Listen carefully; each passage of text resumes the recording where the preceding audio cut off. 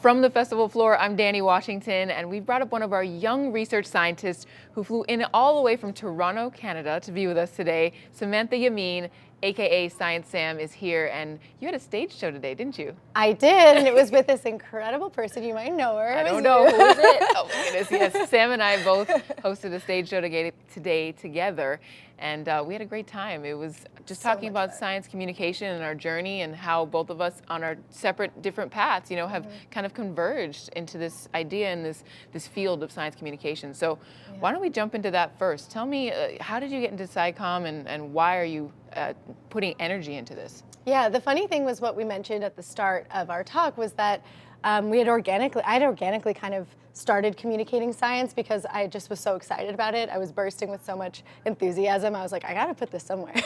So I just started doing it. It was only more recently that I realized I could do this forever and I would love to do that forever. And so something I kind of just did and then loved and now have tried to formalize doing it more. Absolutely. And I mean, if you're wondering what science communication is, I mean, it's somewhat self-explanatory, but I think we're slowly defining more specifically what it is.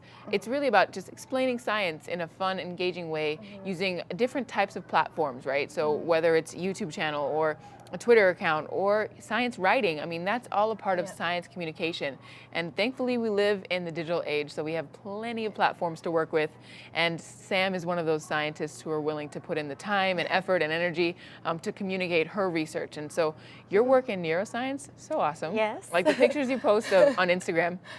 Follow Sam on Instagram, by the way. The pictures that you post on Instagram are really cool. I know you've posted a lot of images of some of the brain cells that you photograph under a microscope. Tell me about your research. Yeah, so I'm trying to understand how our brains are built. It turns out that our brains have over 171 billion cells in them. That's more cells than seconds in 5,000 years. And for me, learning about that, the most interesting thing is where did they all come from? And so my research is aiming to map out, just like how you have a family tree with your grandparents at the top, we have the same thing in the brain with different types of cells. And the starting ones are these cool stem cells. And I'm following them as the brain develops, trying to map out how you go from 1 to 2 to 3 to bam. Wow, that's amazing. Yeah. And how long have you been working on your PhD research? I think I'm in year 6 now, so PhDs are definitely laborious. That's part of the word is intentional. But you're learning something new that was unknown every single day. And I started realizing, well, my phone could take pictures. Why don't I share this? So it's not just me learning, it's everyone and anyone who's interested. So the theme this year is the places that STEM can take you. And where has STEM taken you in your life, and in your career and your journey? STEM, yeah, it definitely can take you anywhere. Right now, it's taken me here, which is great. It's one of the biggest festivals about science and engineering, so that's great. It's also taken me to exploring new areas of STEM. So in your PhD, you become very specialized. I know a lot about one of trillions of cells. And so now with STEM, I've learned about robotics. I've gotten to see how jet engines are made. I've gotten to meet incredible people. So it takes you anywhere and everywhere as long as you have an open mind and you're willing to learn. And what are some of your future goals? I mean, what are you hoping for after you finish your PhD and defend and do all of that? What's next for you? Yeah, once I pass that small hurdle. I'm really excited to be able to communicate the nuance of the everyday science. I think we see a lot of like big spectacles, explosive science, which I love and I want to keep seeing more of. But there's also that subtle everyday, and that's what we talked about in our talk. And I want to show people and help them connect with the small everyday science in new ways. And now that we have all of these digital options, making digital content videos that are unexpected about mundane things like breathing. How does that work? How does it work? Yeah.